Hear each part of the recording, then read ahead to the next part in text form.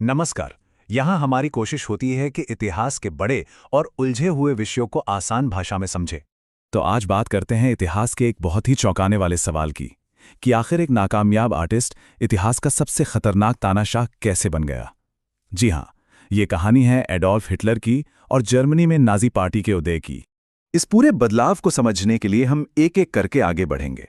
सबसे पहले देखेंगे हिटलर की शुरुआती जिंदगी को, फिर जानेंगे उस जहरीली सोच के बारे में जिसने उसे इतनी ताकत दी।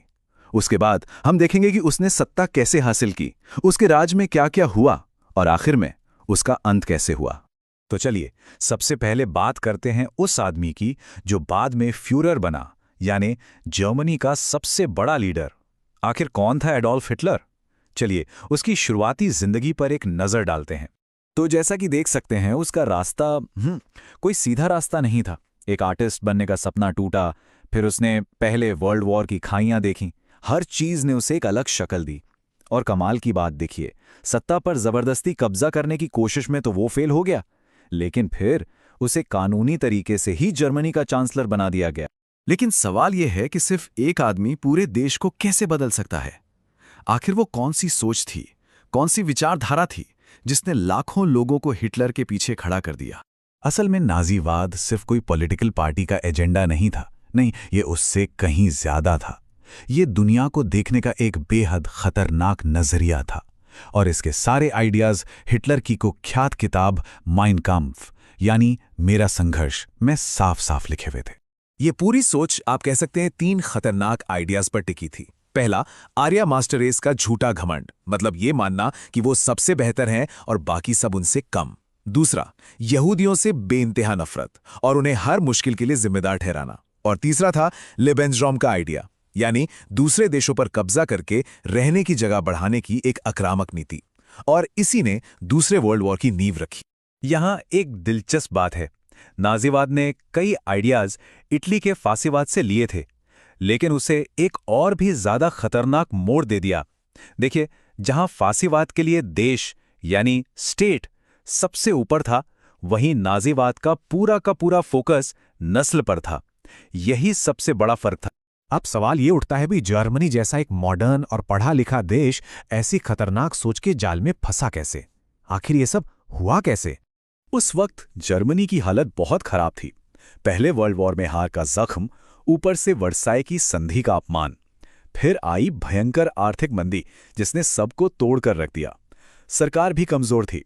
तो ऐसे माहौल में जब लोग पूरी तरह से निराश थे, उन्होंने किसी मसीहा का इंतजार करना शुरू कर दिया और हिटलर ने खुद को उसी तरह पेश किया। और फिर एक घटना हुई जिसने हिटलर को वो मौका दे दिया जिसका उसे इंतजार था। एक ऐसी चिंगारी जिससे वो लोकतंत्र को जलाकर राख कर सकता था। ये घटना थी जर्मन संसद यानी राइक्सटैग में लगी एक रहस्यमयी आग। हिटलर ने इस आग का पूरा फायदा उठाया। उसने फौरन इल्जाम कम्युनिस्टों पर डाल दिया और इसी बहाने एक इमरजेंसी कानून पास करवा लिया जिसने लोगों के सारे अधिकार छीन लिए। और इसके ठीक बाद आया एनेबलिंग एक्ट। इस एक कानून ने संसद की सारी ताकत हिटलर के हाथों में दे दी। बस इसी के साथ जर्मनी में लोकतंत्र खत्म हो गया। अब जब सारी ताकत हिटलर के हाथ में थी, तो नाजी पार्टी ने जर्मनी को पूरी तरह से अपने रंग में ढालना शुरू कर दिया। ये एक ऐसा बदलाव था जिसकी पकड़ जिंदगी के हर हिस्से पे होने वाली थी। मकसद था टोटल कंट्रोल।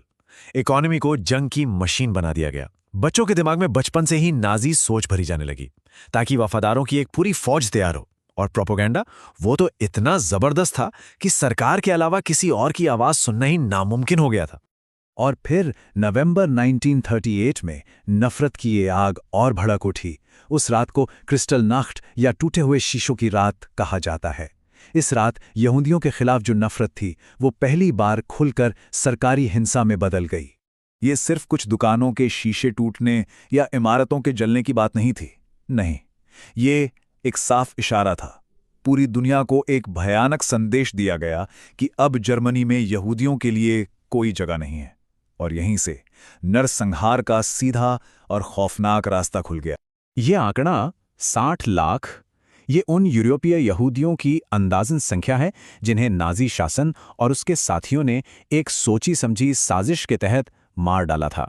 इतिहास की सबसे बड़ी त्रासदी को होलोकॉस्ट के नाम से जाना जाता है। ये इस बात का सबूत है कि इंसान कितनी क्रूरता पर उतर सकता है और जब नफरत को खुली छूट मिल जाए तो उसके नतीजे कितने भयानक हो सकते हैं।